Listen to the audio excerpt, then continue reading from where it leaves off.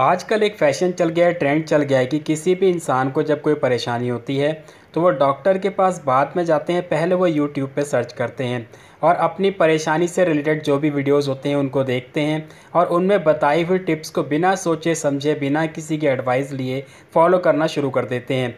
जबकि वो ये नहीं देखते कि वीडियो शुरू होने से पहले वहाँ पे एक डिस्क्लेमर भी दिखाया जाता है। डिस्क्लेमर में लिखा होता है कि आप किसी भी टिप्स को अपनी मर्ज़ी से फॉलो करें, उसका कोई भी साइड इफ़ेक्ट होता है तो उसके लिए यूट्यूबर जिम्मेदार नहीं है। दोस्तों, आज की वीडियो में आप लोगों को कुछ ऐसी गलतियों के बारे में बताने वाला हूं जिनको फॉलो करके महिलाएं अपनी रुकी हुई प्रेगनेंसी को ख़राब कर रही हैं या फिर प्रेग्नेंट नहीं हो पा रही हैं। आगे बढ़ने से पहले आप लोगों से रिक्वेस्ट है, वीडियो पसंद आया तो वीडियो को लाइक करें और इसे शेयर जरूर करें ताकि हर महिला, हर पुरुष तक वीडियो पहुंचे और वो लोग भी ये गलती करने से बचें और दूसरों को भी रोक सकें। तो चलिए शुरू करते हैं। नंबर 1 है हल्दी यानी कि टर्मरिक। आजकल बहुत सारी वीडियोस आ रही हैं हल्दी के ऊपर और ज़्यादातर वीडियोस में बताया जाता है कि अगर किसी महिला को कंसीव नहीं हो रहा है तो वो हल्दी का पानी पिए या फिर हल्दी वाला दूध पिए या फिर तरह तरह से हल्दी के प्रयोग बताए जाते हैं। लेकिन कोई भी डिटेल में जाके ये नहीं बताता कि हल्दी कौन सी बीमारी के लिए किस तरीके से उपयोग में लानी है और इसका क्या फ़ायदा है, क्या नुकसान है। बस जो महिलाएं कंसीव नहीं कर पा रही हैं वो तो ऑलरेडी परेशान होती ही हैं, तो उनको जैसे ही वीडियो नज़र आता है वो तुरंत उनके मन में एक नई उम्मीद जाग जाती है और बेफिक्र होकर बिना सोचे समझे वो हल्दी का इस्तेमाल करना शुरू कर देती हैं। लेकिन आपको मैं एक चीज़ यहाँ बताना चाहता हूँ कि जो भी महिलाएं कंसीव करना चाहती हैं और वो हल्दी का उपयोग कर रही हैं तो उनको पहले ये पता होना चाहिए कि हल्दी का काम होता है हमारे शरीर में नए सेल्स को बनने से रोकना। ज़्यादातर कैंसर पेशेंट्स के लिए हल्दी का प्रिस्क्रिप्शन दिया जाता है कि आप हल्दी का इस्तेमाल करें, क्योंकि कैंसर की बीमारी में नए नए सेल्स बनते रहते हैं और उन सेल्स को बनने से रोकने के लिए हल्दी का उपयोग किया जाता है। इसके अलावा अगर किसी महिला को एंडोमेट्रियोसिस की प्रॉब्लम है, एंडोमेट्रियोसिस में यानी कि जो बच्चेदानी की दीवार होती है एंडोमेट्रियम, उसके टुकड़े जगह जगह फैल जाते हैं, ट्यूब के पास, ओवरी के पास, बच्चेदानी में जगह जगह, जिस कारण से महिला को इरेगुलर पीरियड्स आते हैं, प्रेगनेंसी नहीं रोक पाती है, बहुत ज़्यादा दर्द भी होता है।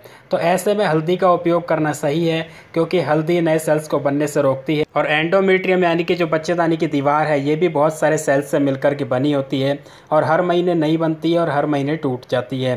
तो ऐसे में अगर किसी को एंडोमेट्रियोसिस की प्रॉब्लम है तो वह हल्दी का इस्तेमाल बेफिक्र होकर कर सकता है। लेकिन अगर किसी महिला को एंडोमेट्रियोसिस की प्रॉब्लम नहीं है, इसके अलावा दूसरी किसी परेशानी से वो कंसीव नहीं कर पा रही है, तो हल्दी उसको किसी भी तरीके से फ़ायदा नहीं करने वाली है। वहीं अगर कोई महिला ज़्यादा मात्रा में या फिर गलत तरीके से हल्दी का इस्तेमाल कर ले तो उसकी रुकी हुई प्रेगनेंसी भी ख़राब हो सकती है। तो इसलिए अगर आप हल्दी का इस्तेमाल करने जा रहे हैं या फिर करने के लिए सोच रहे हैं तो पहले हमारी वीडियो को ज़रूर देख लें या फिर इसके बारे में अच्छे तरीके से रिसर्च कर लें। नंबर 2 है ब्लाइंड फेथ यानी कि अंधविश्वास। दोस्तों, अंधविश्वास बहुत ही बुरी चीज़ है। अगर आप अंधविश्वास में रहेंगे तो आपका पैसा और समय दोनों बर्बाद होगा, आपको रिजल्ट कुछ भी नहीं मिलेगा।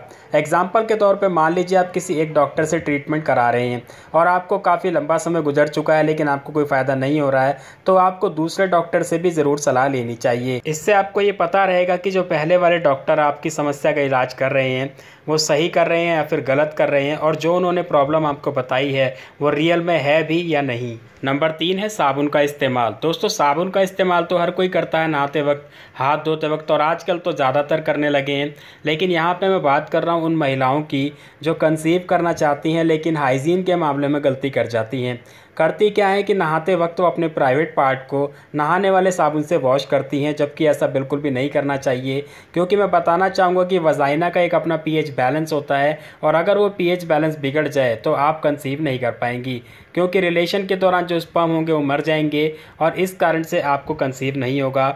इसलिए कभी भी आप नहाते वक्त प्राइवेट पार्ट को वॉश करने के लिए खास तौर पे नहाने वाले साबुन का या किसी भी तरीके का कोई साबुन का इस्तेमाल ना करें। प्राइवेट पार्ट को वॉश करने के लिए आपको किसी भी केमिकल या साबुन की ज़रूरत नहीं है, आप नॉर्मल गुनगुने पानी से उसको वॉश कर सकते हैं। अगर आपको ज़्यादा ही लगता है तो आप फिटकरी के पानी से भी उसको वॉश कर सकते हैं, इसका कोई साइड इफेक्ट नहीं होगा। नंबर 4 है फिंगर प्रेगनेंसी टेस्ट। दोस्तों, आजकल यूट्यूब पे बहुत सारी वीडियोस वायरल हो रही है फिंगर टेस्ट को लेकर के और ज़्यादातर उसमें यही बताया जा रहा है कि आप घर बैठे अपनी प्रेगनेंसी को फिंगर डाल के टेस्ट कर सकते हैं।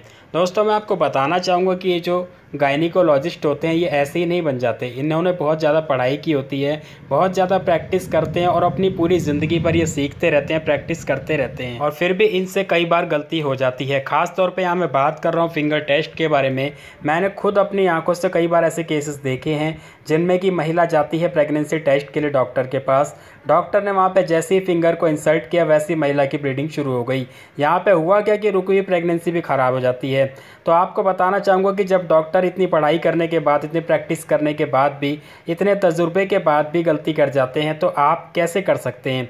आपको कुछ भी नहीं पता, आप सिर्फ एक वीडियो देख करके आप सोचते हैं कि आप घर बैठे फिंगर टेस्ट करके प्रेगनेंसी का पता लगा लेंगे। आप बिल्कुल भी ये गलती ना करें। हो सकता है कि आपको प्रेगनेंसी रुकी हो और आप ये गलती करें, आपकी रुकी हुई प्रेगनेंसी ख़राब हो जाए, तो मैं ऐसा बिल्कुल भी नहीं चाहूँगा। अगर आपको लगता है कि आपकी प्रेगनेंसी रुकी है तो प्रेगनेंसी टेस्ट किट का इस्तेमाल करें और अगर उससे भी कंफर्म नहीं होता है तो सिर्फ और सिर्फ डॉक्टर से ही टेस्ट करवाएं। नंबर 5 है सैनिटरी पैड। दोस्तों ये वही सैनिटरी पैड जो महिलाएं पीरियड्स के दौरान इस्तेमाल करती हैं।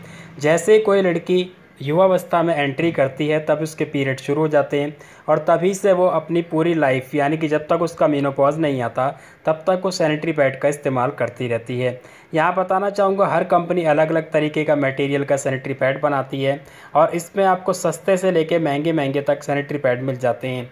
हर किसी का मटेरियल अलग है, हर कोई कंपनी अपने पैड को बेटर बताती है, लेकिन क्या आपने कभी सोचा है कि जो सैनिटरी पैड आप इस्तेमाल कर रहे हैं वही आपकी बहुत सारी बीमारियों का कारण बन जाता है। वही बीमारियां जो आपको शादी के बाद कंसीव करने में रुकावट पैदा कर सकती हैं, जैसे कि tube blockage, vaginal infection, endometriosis. इसके अलावा और भी बहुत सारी बीमारियां।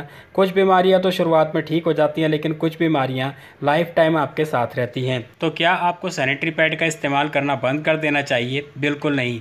यहाँ बताना चाहूँगा कि जब भी आप किसी सैनिटरी पैड को ख़रीदते हैं, इस्तेमाल करते हैं, तो उसके मटेरियल पे एक नज़र ज़रूर डालें। जब आप सैनिटरी पैड को इस्तेमाल करते हैं तो 2 से 3 घंटे में आप देखते हैं कि आपको गर्माहट महसूस होती है, आपको रैशेस पड़ जाते हैं। इसके अलावा आपके प्राइवेट पार्ट के आसपास दाने भी निकल सकते हैं। तो आपको उस मटेरियल पे ज़रूर ध्यान देना। मटेरियल में बिल्कुल भी प्लास्टिक का इस्तेमाल नहीं होना चाहिए। जो भी आप सैनिटरी पैड का इस्तेमाल करें हमेशा ध्यान रखें कि वो कॉटन से बना हुआ होना चाहिए और किसी भी पैड को 3 घंटे से ज़्यादा इस्तेमाल ना करें, बेशक आपकी ब्लीडिंग कितनी भी कम आ रही हो। इसके अलावा अगर आप लोग चाहेंगे तो मैं अलग से एक सेपरेट वीडियो बना दूंगा सैनिटरी पैड के ऊपर, और अगर आप देखना चाहते हैं तो मुझे कमेंट करके ज़रूर बताएं। नंबर 6 है रिपीटिंग द सेम ट्रीटमेंट, यानी कि एक ही इलाज को बार बार दोहराना। यहाँ पे मैं बात कर रहा हूँ महिलाओं के लिए। जो महिलाएं कंसीव करने के लिए ट्राई कर रही हैं वो अक्सर क्या करती हैं कि कुछ एक नुस्खे उन्होंने पकड़ लिए हैं या फिर कुछ टिप्स उन्होंने परमानेंट पकड़ लिए हैं, उन्हीं को फॉलो कर रही हैं और उनको ऐसा करते हुए साल हो गया, 1.5 साल हो गया या फिर 6-7 महीने हो चुके हैं।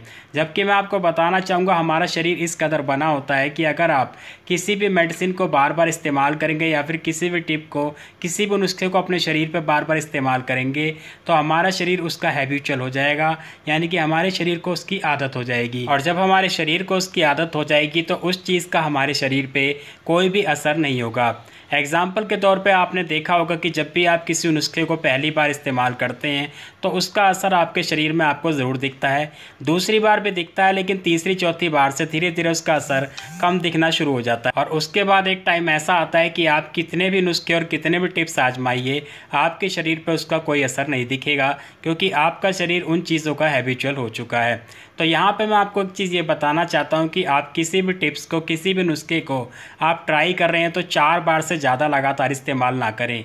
4 बार में अगर आपको कोई फ़ायदा नहीं मिलता है तो उस चीज़ को छोड़ दें, फिर कोई नई चीज़ ज़रूर ट्राई करें। अगर आप ऐसा करेंगे तो आपको उसका रिजल्ट भी मिलेगा और आपके शरीर को कोई नुकसान भी नहीं होगा। नंबर 7 है डाइजेशन। डाइजेशन का मतलब यहाँ पर यह है कि कुछ लोगों को कब्ज़ रहती है, कुछ लोगों को खाया पिया डाइजेस्ट नहीं होता है, तुरंत ही उनका प्रेशर बन जाता है, वॉशरूम भागना पड़ता है। अब ऐसे में होता ये है कि मान लीजिए आपको डाइजेस्ट नहीं हो रहा है कुछ भी, आप कुछ भी खाते पीते हैं, आपका प्रेशर बन जाता है, आप वॉशरूम जाते हैं, सब बाहर निकल जाता है। ऐसे में आप कितनी भी महंगी से महंगी दवाई खाइए, कोई भी अच्छे से अच्छा नुस्खा ट्राई कीजिए, जब तक आपकी बॉडी उसको डाइजेस्ट नहीं करेगी, एब्जॉर्ब नहीं करेगी, तब तक आपको उसका फ़ायदा नहीं होगा। आप ये सोचते हैं कि आप इतने महंगे महंगी दवाइयाँ खा रहे हैं, नुस्खे ट्राई कर रहे हैं, लेकिन आपको फ़ायदा क्यों नहीं हो रहा है? उसका कारण यही है। दूसरी चीज़ ये कि अगर आपको कब्ज़ रहेगी तो भी आपको सेम प्रॉब्लम आएगी, क्योंकि कब्ज़ में भी आपका पेट साफ़ नहीं होगा। आप जो भी मेडिसिन लेंगे या फिर जो भी मल्टीविटामिन आप खा रहे हैं या फिर कोई भी नुस्खा आप ले रहे हैं, तो वो आपकी बॉडी में एब्जॉर्ब नहीं हो पाएगा। तो इससे आपको कोई फ़ायदा नहीं होगा, आप पैसे और टाइम दोनों ही वेस्ट कर रहे हैं। तो इसलिए कोई भी नुस्खा या फिर कोई भी दवाई लेने जा रहे हैं तो सबसे पहले अपने डाइजेशन को देखिए, आपका डाइजेशन बिल्कुल एक्यूरेट होना चाहिए, तभी आपको कोई भी टिप्स या कोई भी नुस्खा या फिर कोई भी इलाज फ़ायदा करेगा। तो आज की वीडियो में इतना ही। उम्मीद है आप लोगों को वीडियो पसंद आया होगा। वीडियो को लाइक करें, ज़्यादा से ज़्यादा शेयर करें और कोई जानकारी चाहते हो तो कमेंट करें। मिलते हैं अगले वीडियो में। धन्यवाद।